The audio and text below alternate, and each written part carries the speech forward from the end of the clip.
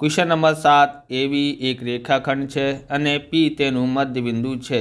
खूणा BAD बराबर खूणा ABE अने खूणा EPA बराबर खूणो DPB थाय तेवा बिंदुओ D तथा E रेखा AB नी एक बाजुओ आवेला छे। तो अहींया जो P जे छे ने AB नो रेखाखंड छे ने एना मध्य बिंदु छे P। ओके, अने आ खूणा बोले छे जे छे ने BAD એટલે આ BAD છે અને પછી બોલે છે ABE એટલે આ ખૂણો બંને સરખા છે અને બોલે છે EPA એટલે આ ખૂણો અને B પછી અહીંયા બોલે છે DPA અને આ ખૂણો, આ બંને ખૂણા સરખા છે અને આ બંને ખૂણા સરખા છે એટલે D તથા E રેખા AB એક બાજુ આવેલું છે, આકૃતિ પર છે।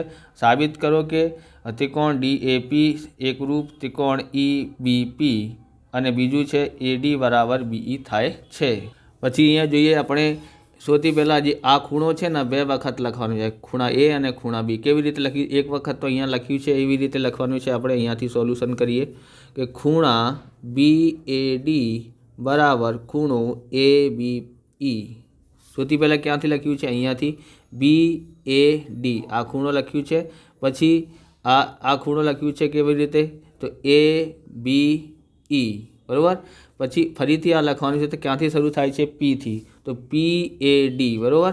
તો ખૂણા PAD બરાબર, પછી આને પણ એવી રીતે લખવાનું છે તો PBE, તો ખૂણા PBE આવી રીતે લખ્યું છે બરાબર।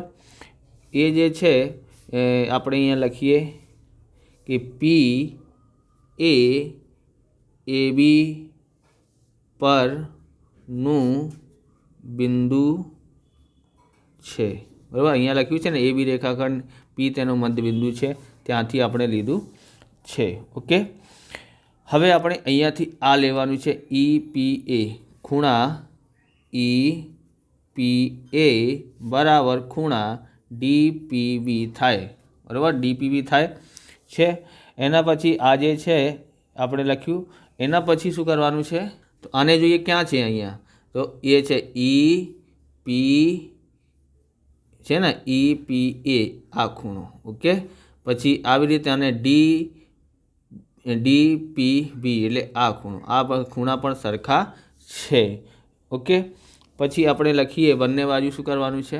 તો આટલા ખૂણા બાકી રહી ગયા છે બરાબર, આ ખૂણો બાકી રહી ગયું છે। અહીંયા કોણ છે? EPD બરાબર, EPD છે ને એ બંને બાજુ આપણે સરવાળો કરવું છે। અહીંયા E અને P અને D બંને બાજુ સરવાળો કરીએ આ બંને બાજુ, તો આપણે લખીએ અહીંયા કે ખૂણા EPA અને આ ખૂણો સરવાળો કરવાનો છે EPT। ઓકે, તો ખૂણા પ્લસ ખૂણા EPD આ બાજુ સરવાળો કર્યું છે। આવી રીતે આને પણ લખી કાઢો DPB, ફરી એના પણ આપણે આ ઉમેરવાનું છે EPD।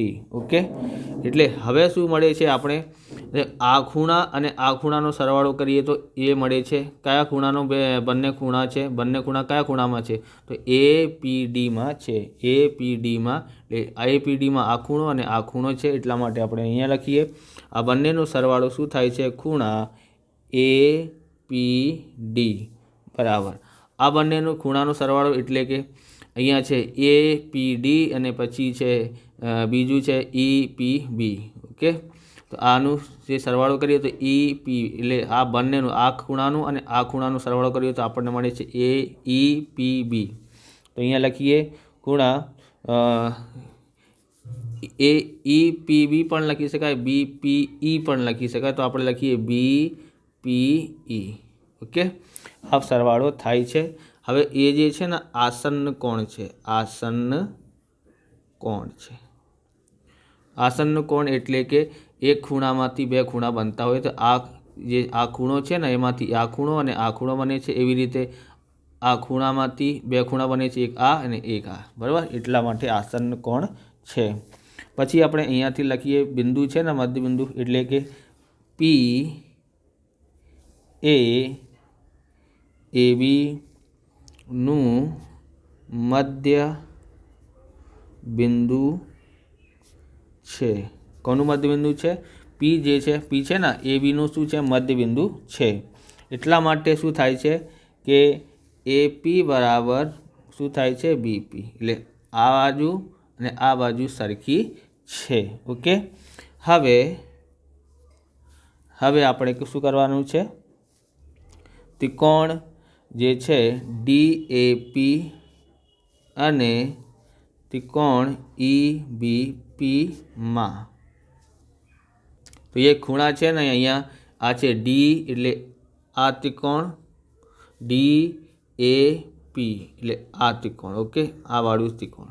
બીજું બોલે છે E એટલે આ ત્રિકોણ. ઓકે, આ બંને ત્રિકોણમાં શું છે? એટલે એક તો આ ખૂણો સરખો છે, એટલે આ ખૂણો સરખો છે. તો એને કેવી રીતે લખી શકાય છે? તો એ છે આપણે અહીંયા ઉપરથી લખ્યું છે કે PAD બરાબર PBE સરખા હોય છે. ઓકે, સરખા હોય છે. એના પછી આપણે આ ત્રિકોણમાં ઓર બીજું શું સરખું છે? તો એ પછી આવે છે પી અને ડી એટલે આ ખૂણો, તો બીજાનો આ ત્રિકોણમાં આ ખૂણો, આ બંને ખૂણા સરખા છે. તો એને લખીએ આપણે. તો અહીંયા લખીએ શું છે કે ખૂણા APD બરાબર ખૂણા BPE.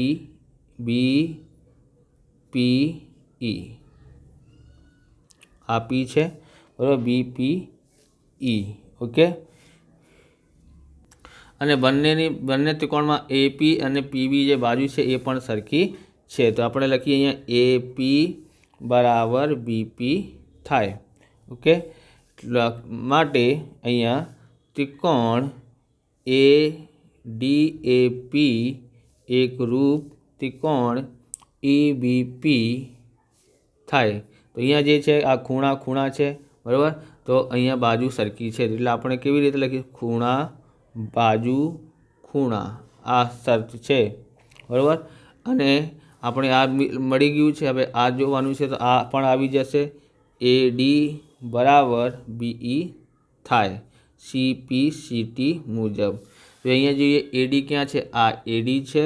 તો આ જે છે BE આ બાજુ પણ શું થાય છે? સરખી હોય. AD અને BE પણ સરખી થાય છે. આવી રીતે આ વિડીયો પૂરું થાય છે. તમને વિડીયો સારું લાગ્યો હોય તો લાઇક કરવાનું, ચેનલને સબસ્ક્રાઈબ કરવાનું. મળીએ બીજા વિડીયોમાં. જય હિન્દ, જય ભારત, વંદે માતરમ.